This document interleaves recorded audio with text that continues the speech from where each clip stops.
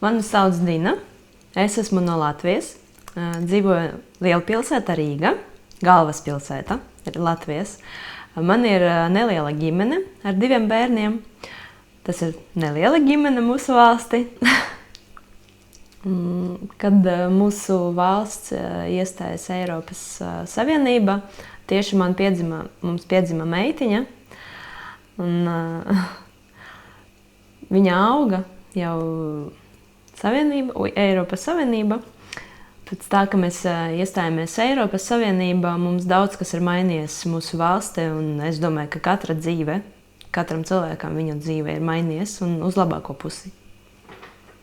Maniem bērniem bērnība tagad ir daudz savādāka nekā bija mana bērnība un manam vīram.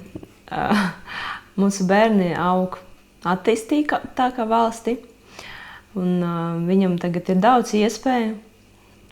Protams, man ļoti gribētos, lai mūsu valsts arvien attīstās vēl vairāk, un bērni paliktu.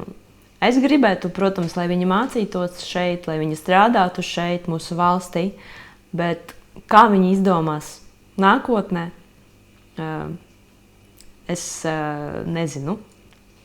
Mums ir jāiet balsot, lai mūsu nākotnē būtu labāka un lai mūsu bērniem nākotnē būtu labāka.